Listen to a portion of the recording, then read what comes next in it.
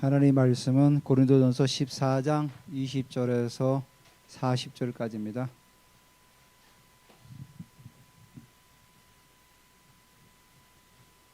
고린도전서 14장 20절에서 40절까지입니다.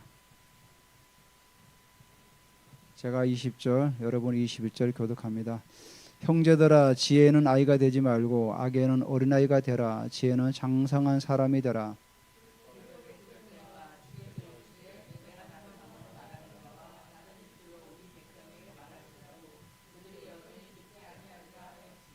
그러므로 방언은 믿는 자들을 위하여 위하지 아니하고 믿지 않은 자들을 위하는 표적이나 예언은 믿지 않은 자들을 위하지 않고 믿는 자들을 위함이니라.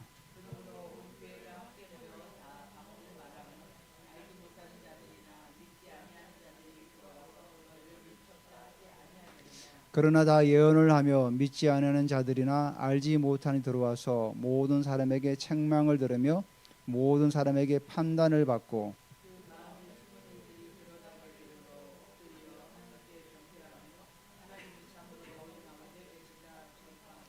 그런즉 형제들아, 어찌할까? 너희가 모일 때 각각 찬송시도 있으며 가르치는 말씀도 있으며 계시도 있으며 방언도 있으며 통역함도 있나니 모든 것을 덕을 세우기 위하여 하라.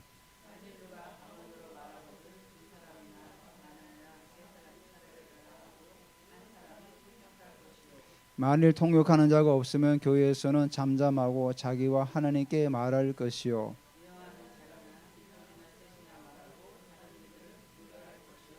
만일 곁에 앉아 있는 다른 이에게 계시가 있으며 먼저 하던 자는 잠잠할지니라.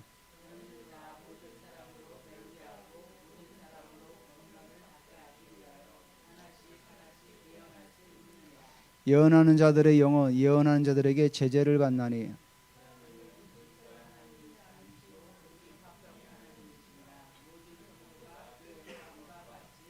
여자는 교회에서 잠잠하라. 그들에게는 말하는 것을 허락함이 없나니 율법에 이른 것 같이 오직 복종할 것이요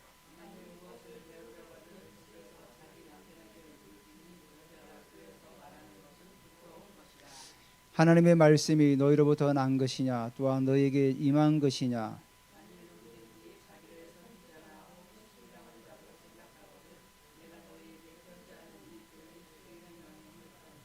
만일 누구든지 알지 못하면 그 알지 못하니라.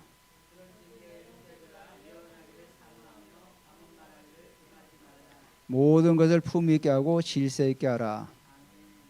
아멘. 감사합니다. 또 연휴가 기니까 좀 나태해지는 것 같아요. 좀 적당히 길면 좋을 것 같아요.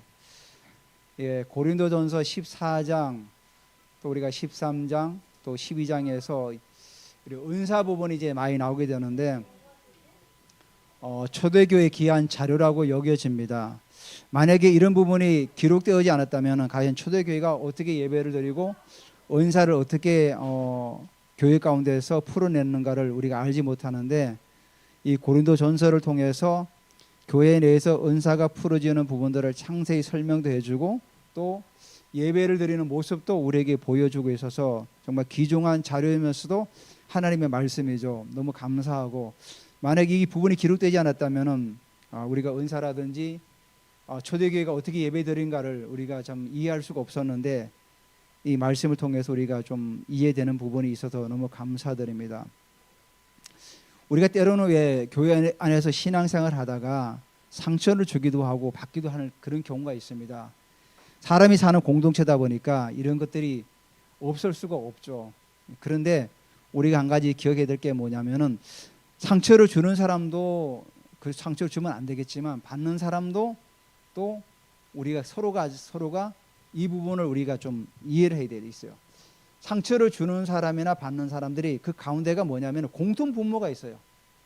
항상 보면은 만약에 저에게 어떤 분이 나한테 어떤 얘기를 했을 때 저는 그 부분에 전혀 생각하지 않았다 그러면은 저는 상처를 받지 않겠죠. 가령 예를 들어 가지고 목사님은 신학교를 안 나와서 이렇게 말을 했다고 칩시다. 저는 신학이 분명히 나왔어요. 그러면 저는 그분이 가지고 있는 공통 분모가 제게 없어요. 그러니까 저는 상처를 받지 않아요. 마찬가지로 우리가 이런 상처를 주면 안 되지만 또 받지도 우리가 잘 말라는 거죠. 근데 받지 말라는 말이 좀 이해가 안 될 것 같지만은 내가 그 주는 사람의 공동 분모가 있기 때문에 거기에 반응하는 거거든요. 오늘 초대교회가 이 사도행 14장에도 우리 20절에 이 말씀이 사실 그런 부분들이 있는 겁니다. 그러니까 상처를 주는 사람도 있고 받는 사람도 있었어. 그래서 형제들아 지혜는 아이가 되지 말라. 그러니까 우리가 교회 공동체를 생활하면서 지혜로워야 되거든요. 말도 우리가 함부로 하면 안 되고 배려도 하고 또 양보도 하고 이래야 되는데 그런 어떤 지혜에서는 유치하게 행동하지 말라는 거예요. 아이가 되지 말라는 이 말은 아이는 여기서 아이는 유치하다, 어리다 이런 말이 있어요. 그래서 이런 공동체 생활 속에서 지혜는 유치하게 행동하면 안 된다. 그런 의미가 되겠죠. 그러면서 악에는 또 어린아이가 되라는 거죠. 여기서 어린아이는 또 의미가 달라요. 헬라에 보면은 악에는 어린아이라는 게 순진무구해지라는 거야. 그 악한 것에서는 좀 우리가 좀 순진하게 좀 대응해라.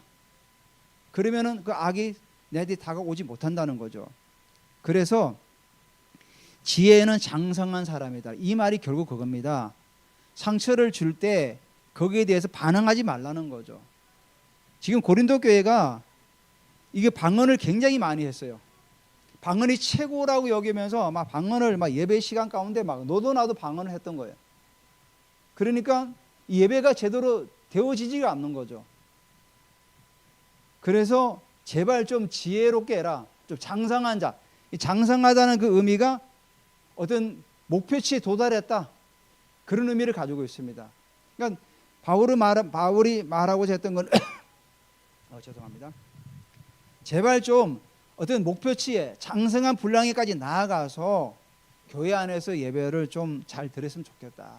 그래서 방언하는 사람도 물론 이따가 나중에 나오겠지만 좀 지혜롭게 하고 모든 일을 좀 지혜롭게 하면 좋겠다. 그래서 형제들아 지혜는 아이가 되지 말고 유치한 사람 되지 말고 좀 장성한 분량에 나아갔으면 좋겠다.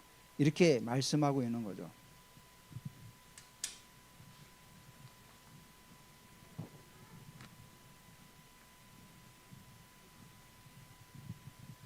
그래서 우리가 오늘 이 말씀을 통해서 공동체 안에서 우리가 장성한 사람이 되어야 되겠다. 좀 내 안에 그런 상처가 있다면은 자꾸 그런 쓴뿌리가 남을 이렇게 찌를 수도 있습니다. 내가 상처를 많이 받으면 사실은 내 안에 그런 쓴뿌리들이 자꾸만 쌓여가는 거죠. 그럼 어떻게 하면 이것들이 언젠가 드러나요. 예수님께서 이런 말씀하셨죠. 입으로 들어가는 것은 깨끗하다 그랬어요. 오히려 입에서 나오는 것들이 너희를 더럽게 한다는 거예요.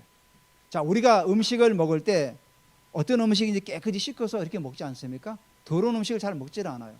근데 입에서 우리 나오는 것들이 오히려 더러운 것들이 더 많아요. 상스러운 말 이런 것들. 그래서 예수님께서 말씀하셨죠.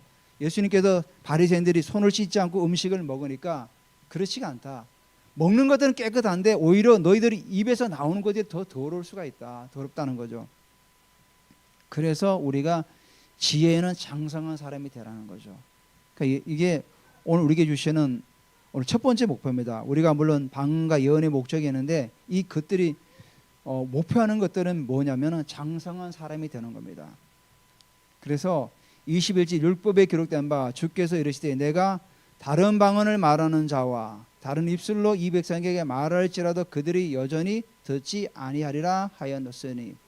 그러니까 이사야 28장 11절 말씀을 그냥 완전히 그대로 옮겨온 것이 아니라 바울이 그 말씀을 가지고 자기 나름대로 이렇게 정리해서 옮긴 거예요. 이게 뭐냐면은 이스라엘 백성들이 하나님께도 선지자를 보내서 너희들 그런 부분들을 고쳐야 된다. 하나님께로 돌아와라. 우상을 섬기지 말고 그떤 걸 버리고 하나님께로 돌아오라. 막 이렇게 하지 않습니까? 근데도 그들이 어떻게 했습니까? 듣지를 않았던 거죠. 듣지를 않았어요. 듣지를 않으니까 결국 하나님께서 아수를 통해서 그들을 심판하게 되죠. 근데 여기서 나오죠. 다른 입술로 다른 방언을 말하는 자들, 아수르를 말하는 거죠. 아수르가 와가지고 아수르 말로 열심히 하니까 이 백성들이 알아듣지 못했던 거죠. 결국은 심판을 말했던 거죠. 그래서 그런 것처럼 너희들이 지금 하는 방언이 바로 이렇게 사람들에게 알아듣지 못하는 말을 통해서 오히려 그 말이 상처가 되고 오히려 판단이 된다, 이런 얘기를 하는 겁니다. 그래서 22절에 그러므로 방언은 믿는 자들을 위하지 아니하고 믿지 아니하는 자들을 위하는 표적이나 예언은 믿지 아니하는 자들을 위하지 않고 믿는 자들을 위함이니라, 이렇게 말씀하고 있어요. 이 말씀하고 23절 말씀하고 보면은 연결이 잘 안 되는 것 같아요. 23절에 그러므로 온 교회가 함께 모여 다 방언으로 말하면 알지 못하는 자들이나 믿지 않은 자들이 들어와서 너희를 미쳤다 하지 아니하겠느냐. 22절 말씀과 23절이 서로 모순되는 것 같죠. 자, 22절의 말씀은 방언은 믿지 않은 자들을 위한 것이라 이렇게 얘기했는데 23절의 말씀은 믿지 않는 데 들어오면 오히려 너희를 미쳤다고 하지 않겠느냐, 이렇게 말씀하고 있잖아요.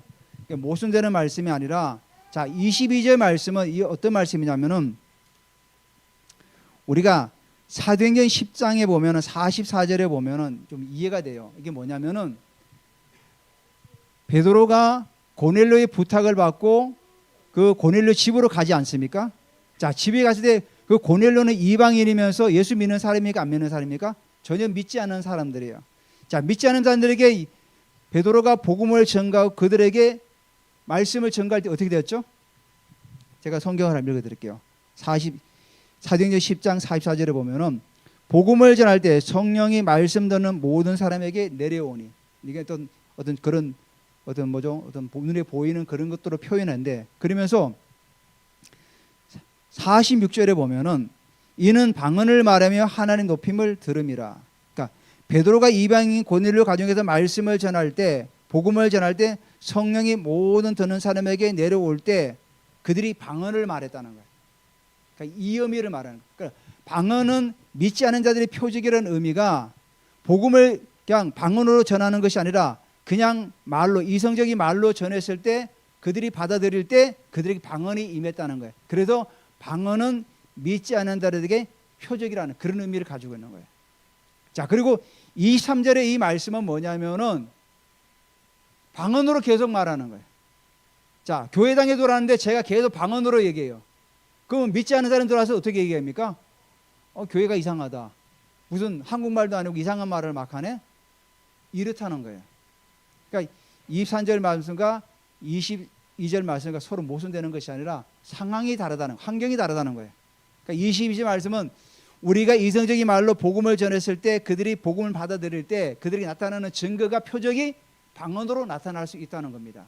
왜? 고넬료 가정에 베드로가 복음을 전거했을 때 그들이 성령이 임하니까 그들이 방언을 하고 하나님의 높임을 들었다고 말씀하고 있지 않습니까? 성경에 나와 있으니까. 그리고 23절 말씀은 고린도 교회를 말하는. 자, 고린도 교회가 막 방언으로 막 해요. 하니까 새로운 신자가 왔는데 이상한 집단이야 이게. 방언만 말하니까. 그래서 그렇게 표현을 한 거예요. 그러니까 우리가 백날 방언으로 막 복음을 전하면 그 사람들이 알아들을 수 있습니까? 못 알아듣다는 거죠. 물론 기적적으로 알아들을 수 있겠죠. 혹시라도 하나님이 역사하시면. 근데 대부분 99%는 우리가 방언으로 복음을 열심히 전하면은 못 알아듣는다는 거예요. 그래서 23절 말씀에 너희가 미쳤다 하지 않겠느냐, 그 말이에요. 좀 이해되시죠? 이 말이 모순되는 게 아니에요. 그래서 23절 말씀은 고린도 교회가 예배를 드릴 때 중구난방으로 막 방언을 했던 거예요. 그러니까 막 이상한 거죠. 이게 제재도 안 되고 막 통제도 안 되고 지금 이런 상황에. 그러니까 너희들이 정말 다른 사람들이 미쳤다 하지 않겠느냐, 그렇게 방언을 하게 되면은 그 얘기를 하는 거예요 지금. 그래서 24절에 그러나 다 예언을 하며 믿지 않은 자들이 알지 못하는 자들이 들어와서 모든 사람에게 책망을 들으며 모든 사람에게 판단을 받고 그 마음에 숨은 일들이 드러나게 되므로 엎드려 하나님께 경배하며 하나님이 참으로 너희 가운데 계신다 전파하리라, 이 말씀이에요. 그러니까 이성적인 말로 했을 때 믿지 않는 자들이 들어와 가지고 어떻게 합니까? 책망을 받으며 또 판단을 받고 숨은 일들이 드러나므리가, 그 제약이 드러나므리가 가지고 아, 내가 이렇게 살면 안 됐구나. 그래서 예수님을 영접하고 하나님의 자녀가 되고 함께 공동체를 세워나간다는 거죠. 그래서 4절과 25절의 예언은 어떻게 보면은 설교식으로 했던 것 같아요. 이 부분은 예언도 물론 예언이지만 이 예언을 부분을 설교식으로 선포를 했던 것 같아요. 하나님께서 감동을 주시니까 새로운 신자들 왔을 때 그들을 책망했던 거죠. 너희들이 그렇게 우상 앞에 절하고 우상의 제물을 뭐 살아가면 안 됩니다. 또 남편이 있는 자가 다른 사람을 만나고 그렇게 문란하게 생활하면 안 됩니다. 책망을 받고 판단을 받는, 이렇게 살면 안 되는 거예요. 그래서 마음속에 수문이 드러나면서 어떻게 합니까? 내 죄가 드러나니까 더 이상 나는 이렇게 살면 안 되겠구나. 그래서 하나님을 경배하고 찬양하게 되는 거죠. 그러니까 24절, 25절의 이 예언은 뭐죠? 설교식으로 선포되었던 거죠. 왜냐하면 초대교회는 설교자가 따로 없었기 때문에 하나님께서 계시가 임하면 그 가운데서 한 사람이 일어나가지고 예언을 하면서 말씀을 선포했던 거죠. 바로 그 의미를 하는 거죠. 그래서 제가 말씀드릴 때 초대교회가 예배가 이렇게 되었구나. 계속 읽어나가다 보면은 그 초대교회 예배가 어떻게 진행되는가 우리가 볼 수가 있어요. 또 26절에 보면 그런즉 형제들아 어찌할까 너희가 모일 때에, 이게 초대교회 예배 드릴 때 모습입니다. 찬송시도 있고 가르치는 말씀도 있으며 계시도 있으며 방언도 있으며 통역함도 있나니 모든 것은 덕을 세우기 위하여 하라. 초대교회 예배는 이런 예배를 드렸다는 거예요. 둥그렇게 모여 앉아가지고 시편을 암송하고 또 방언을 찬양하면서 이렇게 시작됐던 거죠. 시작하면서 가르치는 말씀도 있고 하나님께서 감동을 주시면은 그 가운데 제일 연장자나 장로들이 일어나가지고 말씀을 가르치고 또 여기 나오죠. 계시가 있다 하면 계시? 이 계시가 헬라어로 보니까 계시가 맞아요. 근데 26절과 이렇게 이 14장에서 이 계시는 예언하고 같이 사용되는 것 같아요. 제가 이게 문맥을 보니까. 그러니까 여기서 계시가 있다는 건 뭐죠? 하나님께서 그에게 계시를 주셔가지고 예언을 하게 하는 거죠. 지금 하나님께 내게 이런 감동을 주셨습니다 하면서 우리 공동체 가운데서 연약한 자가 있는데 하나님께서 치료하신답니다. 이런 식으로. 또 하나님께서 그런 부분들을 우리가 계획했던 부분을 우리가 이제 좀 더 기다리라고 하십니다. 이런 계시를 말하는 거죠. 그러니까 이게 예언하고 같이 사용되는 그런 의미로 지금 표현하고 있습니다. 그리고 방언도 있고 통역함도 있고 또 한 사람이 일어나서 주님 말씀 방언을 막 하면 또 옆에서 통역을 하고 이런 식으로 초대교회 예배가 시작됐던 거죠. 이런 식으로. 그래서 26절을 통해서 초대교회가 이렇게 예배를 드렸구나 우리가 상상할 수 있어요. 그 가운데 찬송시도 있고 또는 가르치는 말씀도 있고 계시도 있고 또 방언도 있고 통역함도 있고 그 예배 가운데 이게 모든 것이 일어났던 거죠. 그러니까 오늘날은 사실은 이런 예배가 없죠. 우리가 예배 가운데 방언을 하고 통역하는 게 이런 없잖아요. 다 끝나고 우리가 하지만. 근데 초대교회는 이런 식으로 계속해서 말씀과 또 이런 계시와 방언이 있었다는 거죠. 그러면서 27절과 28절에 방언을 하는 사람의 어떤 그런 질서를 우리에게 얘기하고 있어요. 만일 그러니까 예배 시간에 이렇게 방언을 하니까 누가 방언을 말하거든 두 사람이나 많아야 세 사람이 차례를 따라하고 한 사람이 통역할 것이요. 그러니까 초대교회에서 예배드리는 가운데 너도 나도 방언을 막 했던 거예요. 한 사람이 방언하면 나도 방언을 해야지. 임하면은 성령의 감동 오면 막 방언을 하는 거야. 그러니까 여러 사람이 방언을 하고 통역이 없다 보니까 이게 무슨 말이 도대체 예배가 제대로 이루어지지가 않는 거예요. 그래서 바울이 누가 방언을 말하거든 두 사람이나 세 사람 정도만 해라. 대신에 차례를 따라 해라. 방언을 차례를 따라 하고 한 사람은 통역을 해라. 방언을 하면은 한 사람은 옆에서 통역을 하고 이런 식으로 해야 예배가 원활하게 진행되지 않겠느냐. 막 여러 사람이 일어나서 방언을 막 하고 통역이 없으면은 새신자가 왔을 때 이상하다. 미쳤다 하지 않겠느냐. 지금 그 얘기를 하는 겁니다.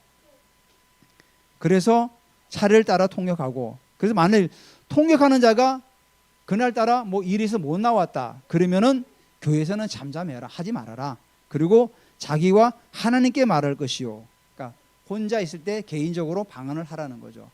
공동체 예배 가운데는 하지 말고. 그리고 또 예언하는 자는 둘이나 셋이나 말하고 다른 이들은 분별할 것이요. 제가 지난주도 말씀드렸지만 예언은 완전합니까? 불완전합니까? 불완전해요. 부분적인 거예요. 부분적인 거.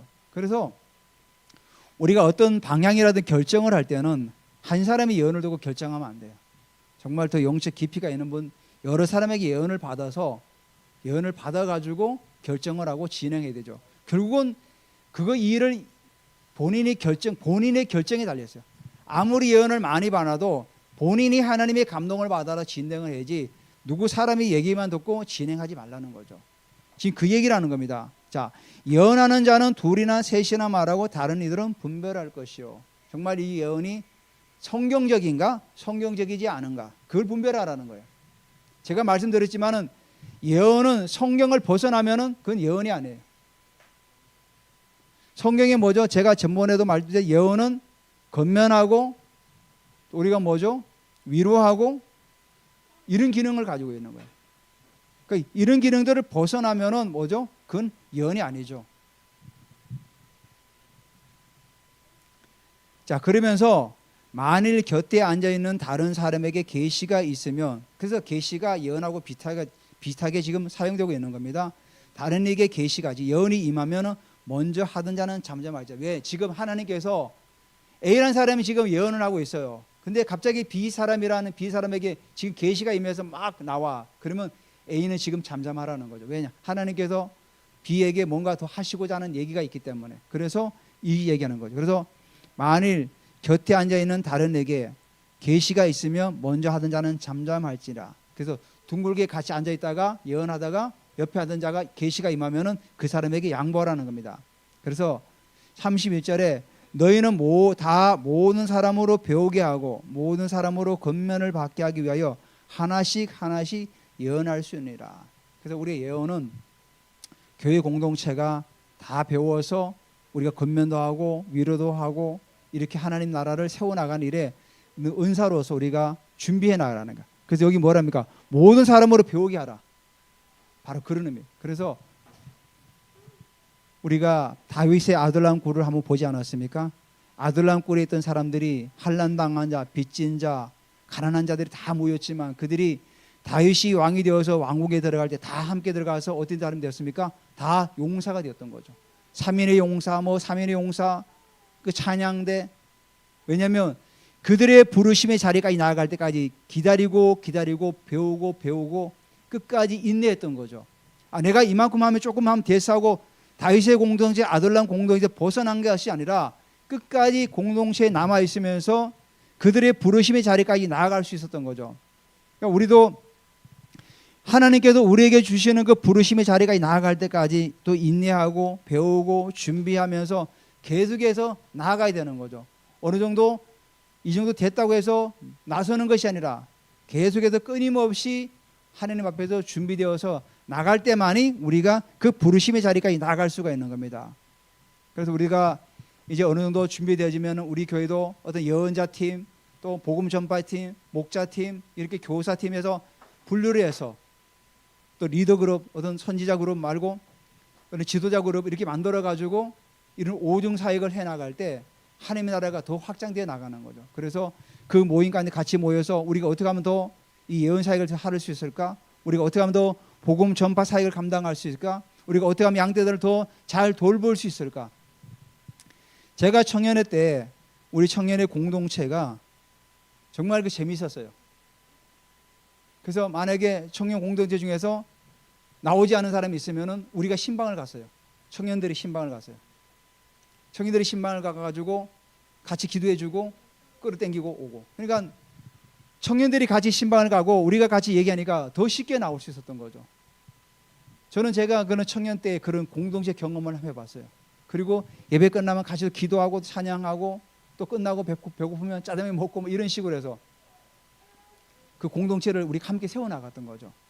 그러니까 이 공동체가 너무나도 이게 아름다우니까 청년들이 계속 몰려왔던 거예요. 제가 처음에 그 공동체를 같이 이렇게 할 때는 한 20몇 명이 나중에 50명까지 불어났어요. 그러니까 담임 목사님이 너무 좋아하던 거죠. 그러니까 목사님이 청년들이 뭐 요구하면 다 해줬어요. 그러니까 교인들도 청년들이 막 으쌰으쌰 하니까 너무 좋아하고 힘을 받고 바로 그 공동체가 그렇게 함께 기도하고 어떤 하나님 나라를 세워나가니까 서로에 주신 그런 재능을 가지고 달란트를 가지고 섬기고 봉사하니까 너무 성장하는. 그리고 또 우리가 어떤 사람이 또 얘기해서 우리가 전도하자. 그래가지고 또 함께 나가서 역전에 가서 예배 끝나가서 전도하고. 제가 지금 생각해 보니까 그때 우리는 이미 공동체를 경험했구나. 그게 어떤 뭐 우리가 그때 담당 전도사님이 우리를 뭐 이렇게 명령해 가지고 지시해서 한 거 아니에요. 전혀 없어요. 수련회도 우리가 다 준비해. 그냥 전도사님은 말씀만 준비하면 되는 거예요. 그 모든 걸 준비해 가지고 우리가 계획을 짜고 준비하고 답사 갔다 오고 이런 식으로. 결국은 뭐냐면은 우리가 그 부르심의 자리까지 여기 31절에 모든 사람으로 배우게 하고 모든 사람으로 권면을 받게 하고, 이게 바로 공동체라는 거죠.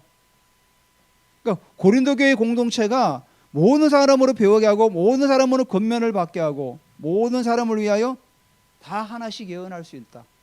바로 이게 뭐냐면은 우리 교회 공동체가 하나의 목표로 우리가 나아가야 되는 거죠. 그래서 우리가 그래서 예언 훈련도 하고 또 이렇게 여러 가지 치유 사역도 하고 하는 이유가 뭐냐면은 모든 교인들이 다 예언자가 되고 치유 사역자가 되고 했을 때 우리가 공동체를 더 아름답게 섬길 수가 있고 더 시너지 효과가 나타날 수 있다는 겁니다. 그러면서 32절에 예언하는 자들의 영어 예언하는 자들에게 제재를 받나니, 그러니까 이 말씀이 뭐냐면은 자, 우리가 예언할 때 우리가 무아지경에서 예언합니까? 그렇지가 않아요.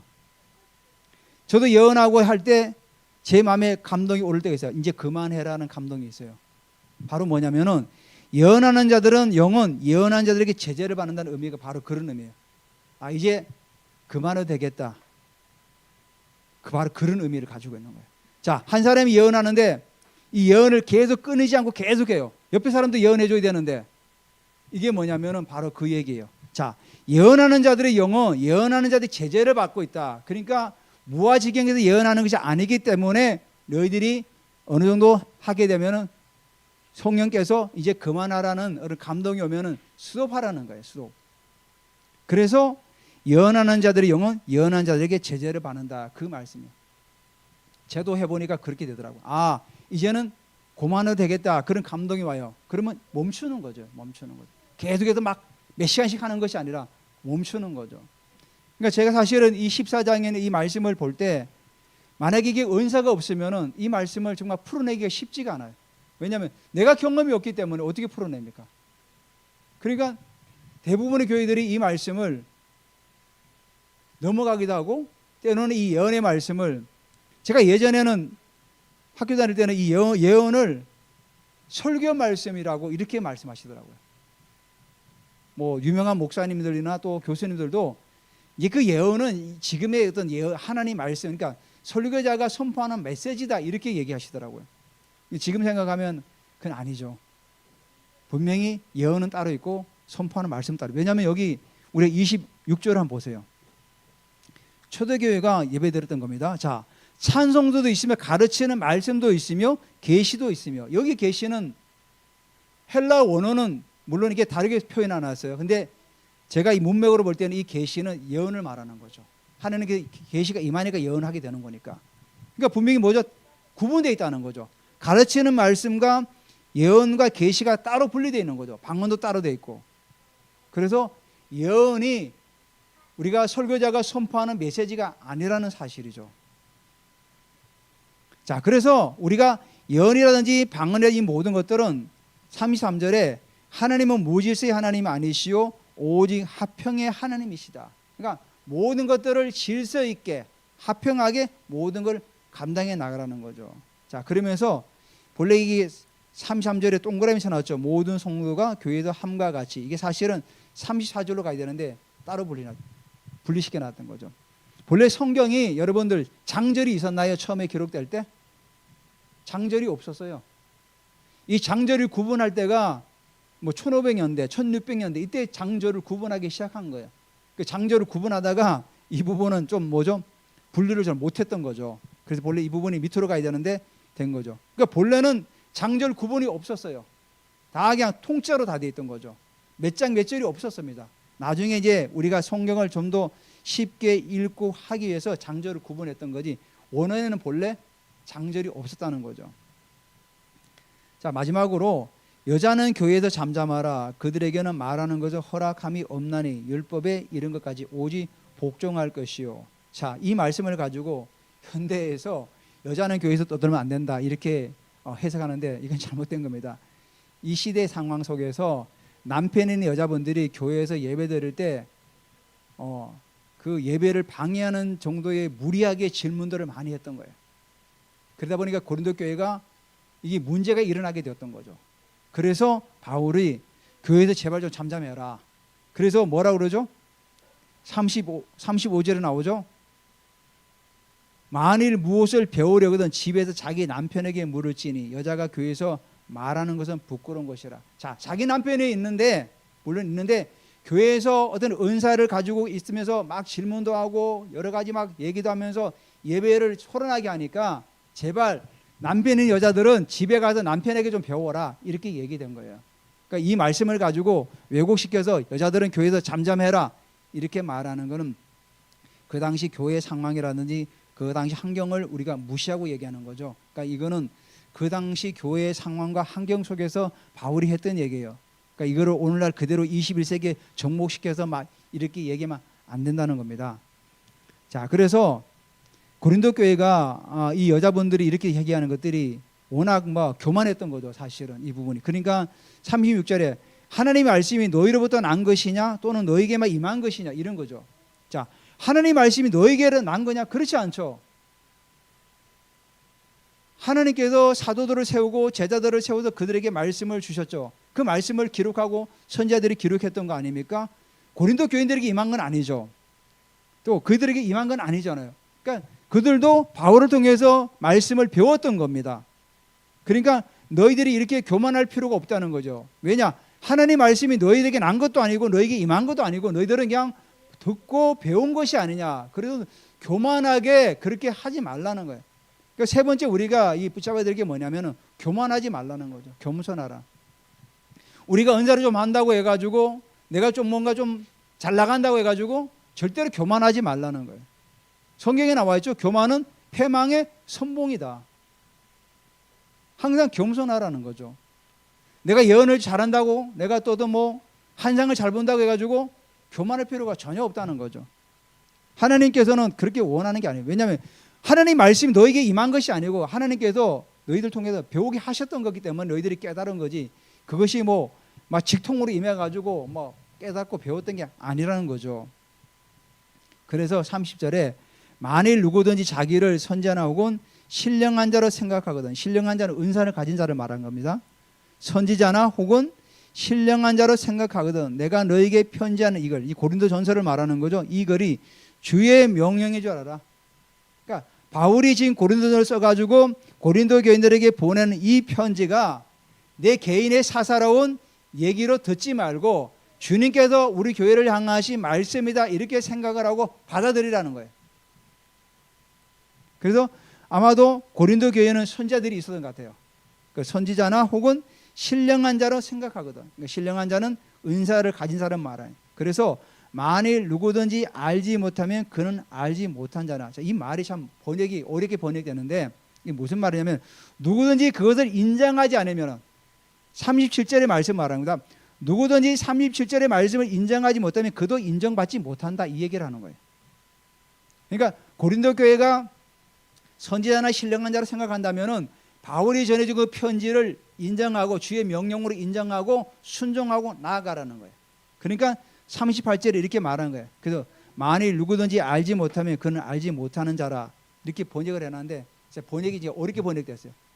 이 번역이 37절의 말씀을 그 말씀을 주의 명령인 걸 인정하지 않으면 너도 인정받지 못한다 그 얘기예요. 그래서 형제들아 예언하기를 사모하며 방언 말하기를 금하지 마라. 결론적으로 뭐라 하죠? 예언하기를 사모하라는 거예요. 그러면서도 뭐라 하죠? 방언 말하기를 금하지 말아라. 물론 너희들이 방언을 열심히 하는데 질서 있게 해야 돼. 금하지는 말라는. 그래서 여기 뭐라 하죠? 40절이 결론해죠. 모든 것을 품위 있게 하고 질서 있게 하라. 그러니까 예배 공동체 예배 가운데서 막 여기저기서 막 방언해서 예배를 어렵히지 말고 품위 있게 질서 있게 하라는. 그래서 방언을 금하지 말라는.